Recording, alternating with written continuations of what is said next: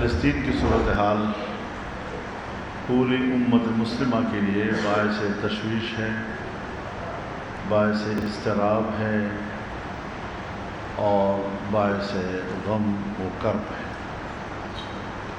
اس اعتبار سے 27 اپریل کو یہاں لاہور مینار پاکستان پر ایک بہت بڑا جلسہ بھی ہوگا، مظاہرہ بھی ہوگا،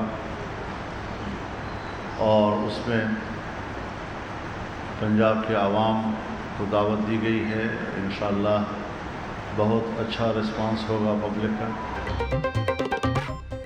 مولانا فضل الرحمان کا اتحاد امت کے نام سے پلیٹ فارم تشکیل دینے کا اعلان۔ 27 اپریل کو تمام مذہبی جماعتوں کو مینار پاکستان جلسے میں شرکت کی دعوت۔ منصورہ میں میڈیا سے گفتگو کرتے بولے، حکمران غزہ کے لیے اپنا فرض کیوں ادا نہیں کر رہے؟ یکسو ہو کر غزہ کے فلسطینیوں کے لیے بہت کچھ کرنے کی ضرورت ہے۔ فلسطین کے لیے پورے ملک میں بیداری مہم بھی چلائیں گے۔ آئینی ترمیم پر ہر جماعت کے اپنے نکات ہوتے ہیں۔ ہم نے کبھی یہ نہیں کہا کہ 26ویں آئینی ترمیم آئیڈیل ہے۔ دھاندلی پر ہمارا اور جماعت اسلامی کا موقف بہت زیادہ مختلف نہیں۔ پانی کی تقسیم آئین اور قانون کے مطابق ہونی چاہیے۔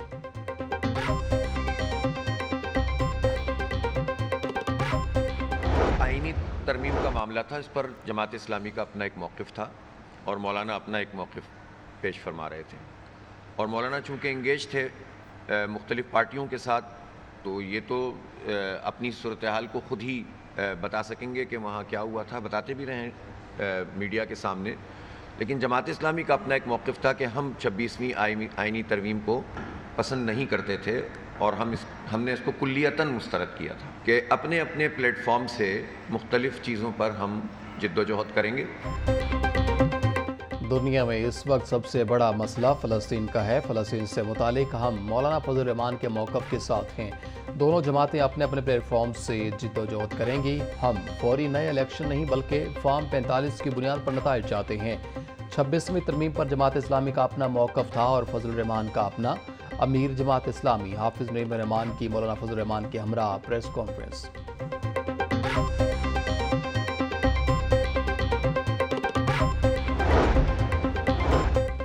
JUI اور جماعت اسلامی کے اتحاد سے حکومت کو کوئی خطرہ نہیں۔ اسپیکر پنجاب اسمبلی ملک احمد خان کا اعلان۔ بولے ملکی معیشت ترقی کر رہی ہے، صرف ایک جماعت کی جانب سے معمولی نوعیت کے سیاسی بلبلے بنتے ہیں۔ مولانا فضل الرحمان اور جماعت اسلامی کا اتحاد سیاسی طور پر خوش آئین ہے۔ دونوں جماعتیں ماضی میں بھی متحدہ مجلس عمل کے پلیٹ فارم سے کاوشیں کر چکی ہیں۔ حکومت جب سپورٹ پرائس کے مسئلے سے باہر نکل رہی ہے تو اسے کسانوں کے دیگر مسائل کو بھی دیکھنا ہوگا۔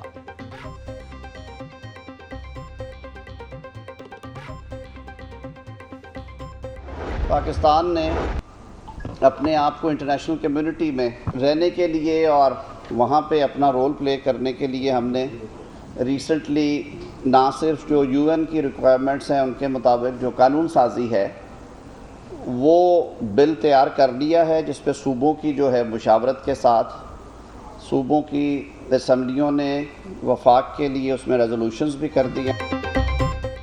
26ویں آئینی ترمیم کے بعد مزید کسی ترمیم کی ضرورت نہیں۔ ملک میں آئین معطل نہیں۔ خواہش ہے کہ کراچی کی طرح لاہور میں بھی ایک ہی جگہ عدالتیں ہوں، زیادہ فائدہ بار اور پھر سائلین کو ہے۔ Chief justice Lahore high court نے پلان حکومت پنجاب کو بھیجا ہے۔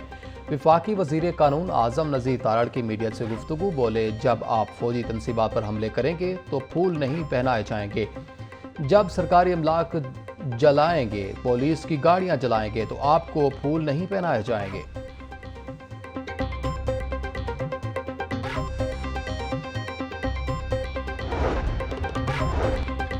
نہروں کا مسئلہ بہت بڑا ہے، پورے سندھ کے عوام ایک سائیڈ پر کھڑے ہیں۔ وزیر اعظم سب کو بٹھائیں اور کوئی فیصلہ کریں۔ جو چیزیں پہلے لکھی ہوئی ہیں ان کو ضرور مد نظر رکھیں۔ پیپلز پارٹی مل کر چلنا چاہتی ہے، ضمنی انتخابات میں بھرپور حصہ لیں گے۔ گورنر پنجاب سلیم حیدر کی منظر عباس کھوکھر سے ان کی والدہ کے انتقال پر اظہار تعزیت کے بعد میڈیا سے گفتگو۔ جو کسانوں کا ایشو ہے اس کے اوپر جو ہے وہ اس کو تڑکا لگایا جو بلاول بھٹو صاحب نے. انہوں نے ایک بہت تند و تیز قسم کی تقریر فرمائی اور اس پہ انہوں نے پنجاب کے کسانوں کے بارے میں بات کی اور میری پارٹی کے بارے میں بہت تلخ جملے جو ہیں وہ انہوں نے استعمال کیے.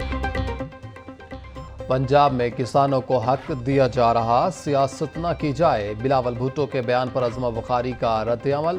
پریس کانفرنس کرتے وزیر اطلاعات بولیں، چیئرمین پیپلز پارٹی نے جلسے میں پنجاب کی قیادت کے خلاف سخت جملے استعمال کیے. ہم سوال پوچھ لیں تو توہین ہو جاتی ہے. پنجاب کے کسانوں کی بات کرنے والوں کو سندھ کے کسان نظر کیوں نہیں آتے؟ کسانوں کے حقوق کی آڑ میں سیاست کرنے والے آج پنجاب کے کسانوں کے لیے مگرمچھ کے آنسو بہا رہے ہیں. کسانوں کے مسائل پر سیاست چمکانا آسان ہے، لیکن حل دینا قیادت کا کام ہوتا ہے.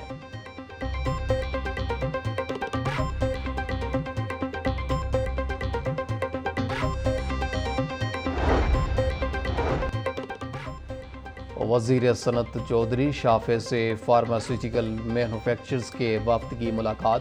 فارماسیوٹیکل ویلی کے قیام کی تجاویز کا جائزہ لیا. ادویہ سازی سیکٹر کی برآمدات بڑھا کر ملک کے لیے قیمتی زر مبادلہ کمایا جا سکتا ہے. فارماسیوٹیکل سیکٹر ہزاروں لوگوں کو روزگار کی فراہمی کا بھی بڑا ذریعہ ہے. وزیر صنعت و تجارت چودھری شافع کی گفتگو. وزیر اعلیٰ پنجاب کا گندم کے کاشتکاروں کے لیے 110 ارب روپے کا پیکج. گندم کے کاشتکاروں کے لیے 25 ارب روپے کی ویٹ فارمر سپورٹ پروگرام امدادی پیکج کی منظوری. گندم کے 5 ایکڑ پر کاشتکاروں کو 25,000 روپے ملیں گے. صوبائی وزیر زراعت کو گندم خریداری مہم کی مانیٹرنگ کرنے کی ہدایت. بینک آف پنجاب کو 100 ارب روپے کی کریڈٹ لائن قائم کرنے کا حکم. وزیر اعلیٰ مریم نواز کی زیر صدارت اجلاس میں اہم فیصلوں کی منظوری دی گئی.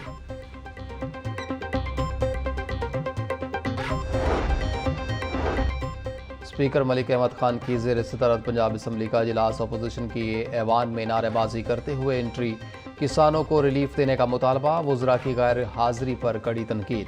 قانون سازی میں ارکان کی عدم دلچسپی. بلوں کی منظوری کے موقع پر 26 حکومتی ارکان جبکہ اپوزیشن کے 8 ارکان موجود تھے. اپوزیشن کی تمام ترامیم مسترد.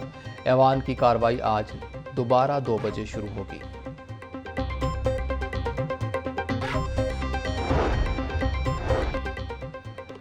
اسکولوں میں میل پروگرام کو توسیع دینے کا فیصلہ. پنجاب کے سرکاری اسکولوں میں طلباء کو مفت کھانا پروگرام 10 اضلاع تک بڑھایا جائے گا. اسکول میل پروگرام پر مزید 15 ارب کی لاگت آئے گی. پروگرام کو اگلے مالی سال میں توسیع دی جائے گی. ذرائع کے مطابق طلباء کی انرولمنٹ میں 55,757 کا اضافہ ہوا ہے. اسکول میل پروگرام کے لیے عالمی فنڈنگ بھی حاصل کی جائے گی.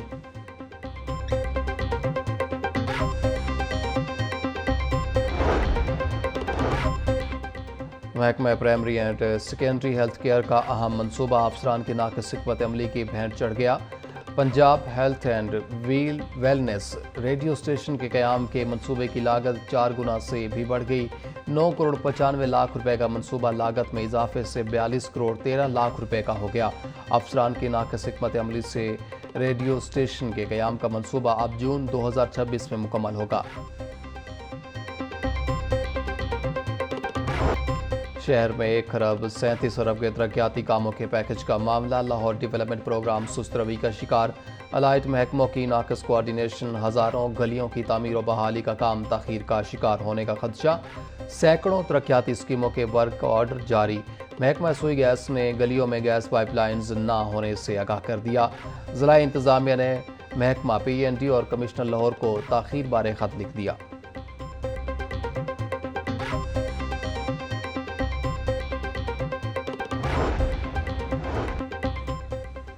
ریلوے کا رہائشی کالونیوں میں ریٹائرڈ ملازمین سے گھر خالی کروانے کا فیصلہ. ریٹائرڈ ملازمین کو فوری طور پر رہائشی کوارٹرز خالی کرنے کے لیے نوٹسز جاری. ریلوے ذرائع کے مطابق سینکڑوں ریٹائرڈ ملازمین نے مدت مکمل ہونے کے باوجود رہائش گاہیں خالی نہیں کی. ریٹائرڈ ملازمین کی جانب سے رہائش گاہیں خالی نہ کیے جانے کی وجہ سے حاضر سروس ملازمین کو رہائش گاہیں میسر نہیں.